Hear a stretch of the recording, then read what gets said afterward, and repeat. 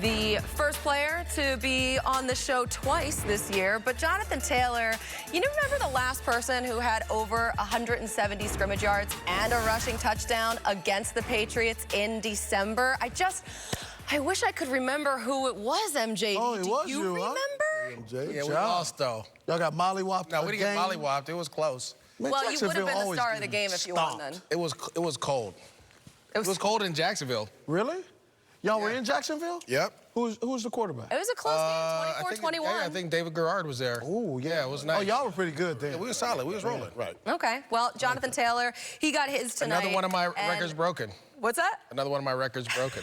Oh, I'm sorry. You're on the boards, though. That's all right. Good guy to break it, though. Great guy. Playoff picture. This is what it looks like now. The Colts with the 5th seed, squarely in the wild card race. They got that wild card spot. They're not even racing. They got it. But they also could get the division, too, depending on what happens with the Titans and how they finish up the season. The Colts, though, let's talk about this big picture here, because we saw the way that they were able to be dominant in these first 3 quarters in the game tonight. And Irv, that defense played so well. Darius Leonard with the pick. They had so much pressure to begin this game. This defense leads the league in takeaways. When you look at what they're able to do, how dangerous can they be, this team?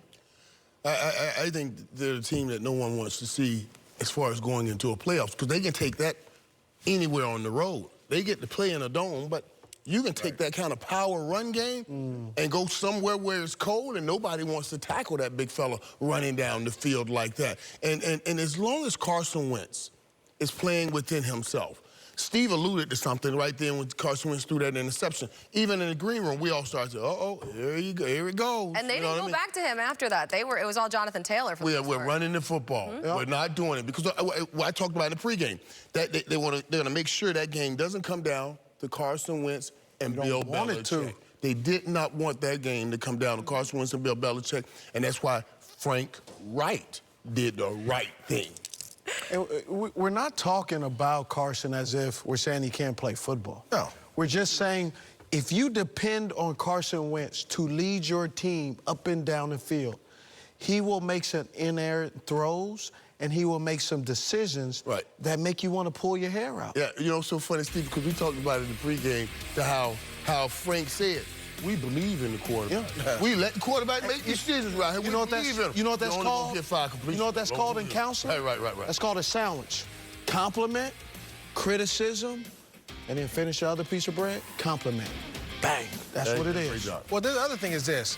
You talked about what travels, Irv.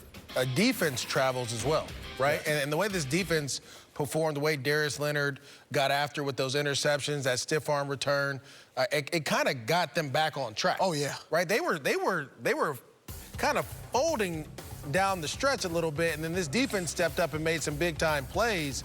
And that's what you have to do. Like, you have to play complementary football. That's what wins games. Now, we rarely talk about what wins championships. Remember the Tampa Bay Buccaneers? They didn't go on a roll until that defense started turning up, right? When the Kansas City Chiefs, they didn't go on a roll when they won their Super Bowl till that defense started turning up. You have to have a great running game, a really good quarterback, and a great defense to win a championship. And they got 2 of the 3 pieces. Hopefully Carson Wentz can kind of keep it going and play a little bit better down the stretch, and they'll be fine. 57 passing yards for him tonight. Indy can play with anybody in the AFC now. Well, I kept telling you, I said they sent a message to the NFL. Now, it surely looks like, remember Buffalo was up there? Buffalo the best team. The Chargers, they ran King for a while. The Chargers best team. Right now, it looks like we're headed for Indy and Kansas City in the AFC Championship game. They look the best. Is that a prediction? Right now. That'd be interesting. Okay, well then where do you stand with the Patriots after watching them tonight and coming off of that Bills game where Mac Jones only threw 3 times, and now the Chiefs have a gain on them in the AFC? How do you feel about the Patriots now? I still love what the Patriots are doing. I still believe they're a viable option and a viable opportunity to get get to SoFi also.